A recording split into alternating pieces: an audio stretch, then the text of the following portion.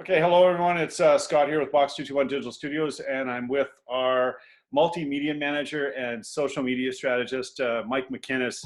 And Mike and I have been going back and forth all this week and last week talking about different organizations and what they're doing on their social media. And we thought it'd be a good time to talk about that with everyone out there right now. And if you're a business owner or a small business owner or a large business owner and you're looking at what's going on right now, this is a good message for you. I'm prepping you up, Mike. I'm talking about how great you are. But Thanks. I think this is a good opportunity for us to talk about it. And Mike, I'm going to give it to you. What should companies be doing right now on social media? Thanks, Scott. Well, I think one of the most important things that I see based on what's kind of going on right there is brands really need to acknowledge what's going on. I think that there's a lot of content out there where people are just kind of pushing ahead, or particularly if they have a really sales-driven business, they're just kind of pushing ahead with their sales-driven campaign. And I don't think that tone-wise it quite lands right now. I think that it's really important that businesses are acknowledging what's happening and also showing a degree of empathy within the content that they're putting out. Yeah, and so do you have any examples of companies out there that you've been seeing, that you don't have to name anybody out, but like Yeah. industry-wide, that you're seeing companies are just missing the ball on this one, on the Yeah. tone? Yeah, so I don't want to pick on them, but like in particular, I've noticed that a lot of car dealerships are just kind of really pushing full steam ahead and pushing car sales. Um, I think that maybe it's not the best way to go. I think it comes across as like a tad insensitive. I think they've obviously been, the list of essential services has come out, and car dealerships are actually on there, particularly I think because of the service centers, but also they've been given the go ahead to stay open for sales, which is great. But I think that they can acknowledge that within the content that they're pushing out. So I would really stay away from pushing sales hard, and I would try to kind of figure out for each business what services and what things that they do are, can they keep going right now and are relevant to the current situation, and perhaps that they can donate and use that as what they can put out there. So for example, with car dealerships, I know there's a lot of delivery services happening right now. There are a lot of organizations where there's kind of a buddy system where people will go and pick up groceries and different things for people that are self-quarantining. And obviously, you know, everyone wants them to be as safe as possible too. I think it would be really great if car dealerships kind of volunteered to detail, but really just like sanitize the interior of cars that of people that are, I think it probably wouldn't cost them that much, and they could put out on social media, and that could be the content putting out, right? And that top of mind brand awareness, they're showing that they're giving back to the community, and they are staying in the conversation in a really relevant way. I think that a lot of businesses right now need to look at this as a long-term strategy in their brand perception as a whole, and forego perhaps the focus on short-term sales, with instead focusing on positioning their brand as someone that cares, someone that is part of the community, and someone that has empathy for the people that are both working really hard and suffering right now because of, you know, everything that's going on. Right, and there's lots of things that, you know, and just on that note too, I mean, they could be teaming up with, you know, the medical profession or people that are working on the ground. This is a good opportunity where they can show support in those areas. And I think you're right, Mike. I think if a company stops focusing on the sales aspect and just focuses more that this is a long-term social media build strategy, get yourself some good brand awareness, get yourself some good community spirit and foundation built, that people Yeah. remember you more after this is all over than if you're trying to make sales and trying to be all salesy during this time. Yeah, absolutely. And all of the best sales content on social media anyways is content that doesn't look like sales content, right? It's more about being a part of the conversation, and all of the conversations right now are about what's going on in the world. So I think the best way for businesses and brands to position themselves is to find a way to be a part of that conversation with their business and with the services and products that they provide. Right. And the other thing too, I was noticing, and I think you're 100% right, because The other side of that is like if you're a business that's closed right now due to the whole COVID situation, and then so your business is quiet, but then you're also super quiet on social media too, which is hard, right? I mean, because you're almost losing ground now in a situation. You got to get yourself back in the social media realm to a degree. I mean, people will understand if you're quiet, but here's an opportunity that you can use in a community way to build some credibility around your business. Yeah, totally. I think there's definitely been kind of this curve that everyone's gone through over the last about 10 days of kind of denial and what's happening, and then disappointment, and then kind of we're all getting to that acceptance phase now. And I think everyone's kind of getting to the point where they're kind of hunkering down and figuring out what's going on. So I think that it is a really good time to put out some content. I think that it's important for brands. Obviously, you know, if there is any way creatively that you can adapt your services to still be reaching your customers, whether it's through deliveries or different kind of online content, I definitely think that that's something to explore. But I also think that it's important to just, like you said, continue to engage with your audience.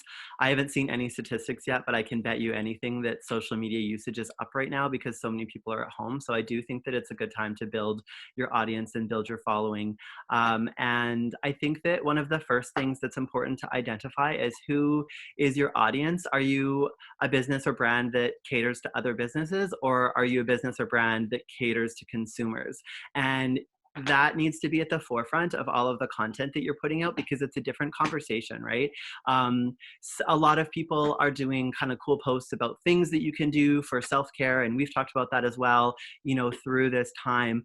But I think you have to kind of really think about who your audience is. If you're a business that caters to other businesses, I don't know that that's maybe the ideal message, or definitely not 100% of your content. I think, you know, if you're catering to other businesses, talking about ways that you're adapting your business, or talking about collaboration, or even just starting a conversation about exploring how to move into the kind of digital economy. Because I think a big part of this, it's going to push so many businesses that were kind of on the edge into that, having to have an online presence, having to have their services available online in some way, versus if you're kind of a brand that caters to consumers, then I think more of that personal kind of stuff you can do outside conversation is a little bit more relevant. Yeah, so I definitely would start there. And like, it doesn't have to be, you know, some crazy campaign where they're posting 3 times a day. Even just checking in a couple times a week to just say, we're still here, you know, we still exist, we care, we're going through this too, I think matters. Yeah. And is, you know, just good to stay in that social media kind of conversation and awareness. Well, I think it's also, you know, because now we all have lots of time to So much time. rethink about our business and rethink about our social media strategies and stuff. And I'm just thinking, like, if I was a restaurant right now, I would, you know, I'd be pulling in my chef or myself, and I would be doing, here's our favorite recipe that everyone comes in, or our favorite dish, and here's how you make it at home. I'd be posting like a short, quick how-to video and you know, it doesn't have to be high quality right now. I think people understand that, like, you know, you don't have to have it professionally done, but just to get that content out, I think is really key. And it's interesting because, like, I was thinking, like, that'd be something that I would totally want to do, because at the end of the day, if you show how, you know, because there's always that secret kind of like, oh, we don't want to share our secret sauce or a secret recipe Totally. or whatever. Yeah. If you do share that now in this time, people are going to try it at home, and the first thing they're going to do when this breaks is they're going to be coming to your restaurant to try it out, to compare how well they did their dish to how well you do your dish, right? Yeah. So it automatically boosts your sales. So I like that idea when you're talking about long-term strategy, because we don't Totally. know how long this is going to go. Yeah. And with what you're saying too, I think that that's a really great point. Educational content is king on social media. So especially now, so many people are doing all of these do-it-yourself at-home projects. So if you do have with your business something that people could do at home, or something you could teach them to do, I think it's an excellent time to put that out. And like you said, people worry sometimes about giving things away for free or free content, but you know, no one's going to be able to duplicate your restaurant restaurant at home, even if someone copies one of your recipes, like it's not, they won't become you. The value of what you're going to get by putting that out there is so much more than, you know, what you might lose with the fear of someone copying you. I wouldn't even think about that. Many of the best brands and businesses out there across a variety of niches and genres, that is a huge part of their business model, is giving away free educational content. So I think that if that's something that you've been thinking about or that you haven't tried before, I think it's a great time for that. You know, we even talked about like smoothie type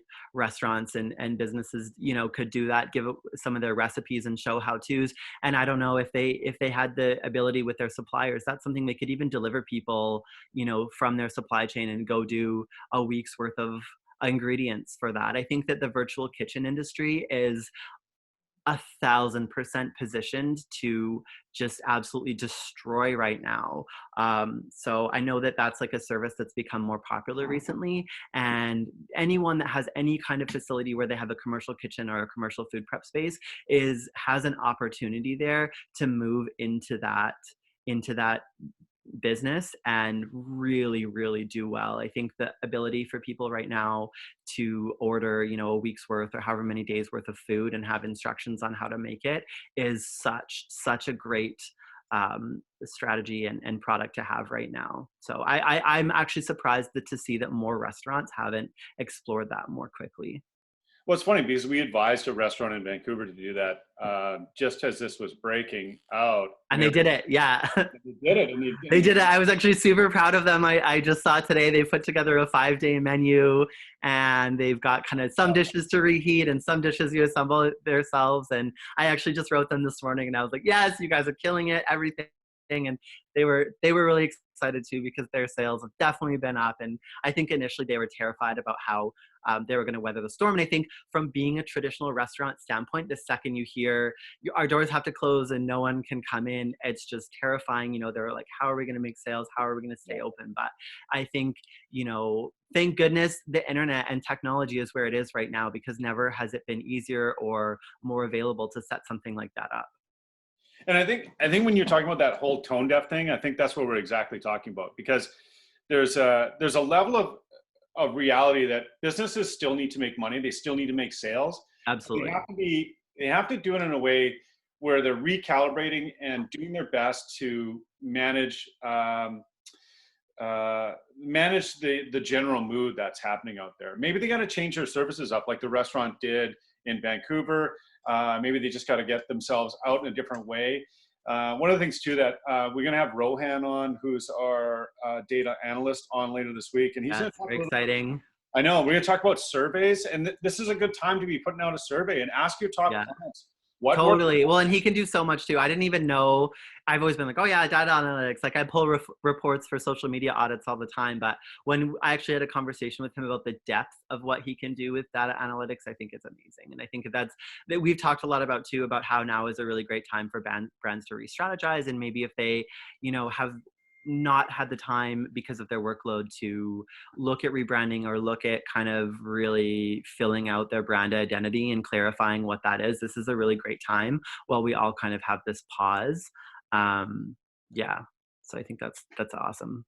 Yeah, absolutely. Okay. So I'm going to leave it, but we're just going to leave some nice, tender, juicy morsels out on social media to try to learn about. If you're a business owner out there and you want to get some more information on this, Mike and I are available as far as brand strategy and social media strategy to help you through that process.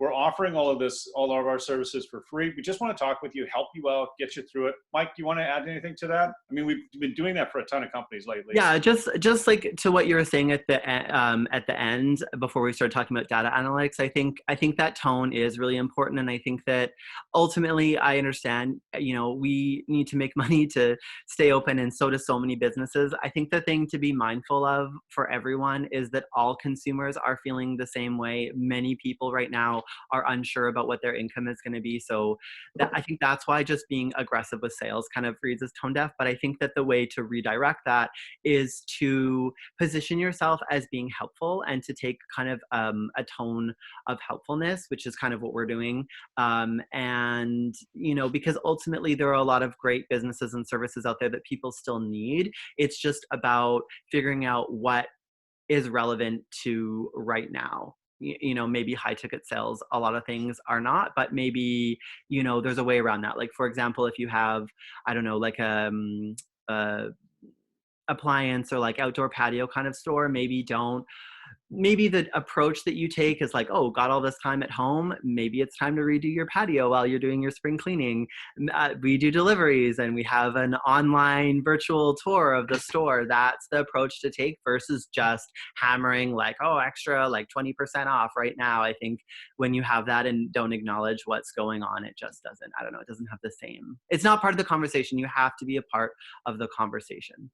Well, it's interesting because I sent you a video yesterday of like all the flyers that I saw in the newspaper, and I'm Yeah. like, this is so tone deaf as to what's Yeah. going on right now. And it's like Yeah. everything's 25% off or this or that. And it's like, I don't see that really working anymore. I think it's Yeah, and I think probably part of that is that a lot of it's been done ahead of time, right? A lot of people will be mid strategy, mid campaign, and are just kind of like, oh, well, I'll leave it. But I think really people need to be phoning, you know, their whoever's doing their advertising, their own marketing agencies, whoever, and initiating that conversation, being like, hey, what can we do? How can we change this up? How can we acknowledge what's going on? How can we tip our hats to it? And again, like I said, if they have any services or anything at all that they can donate, I think that is a great way to position a brand.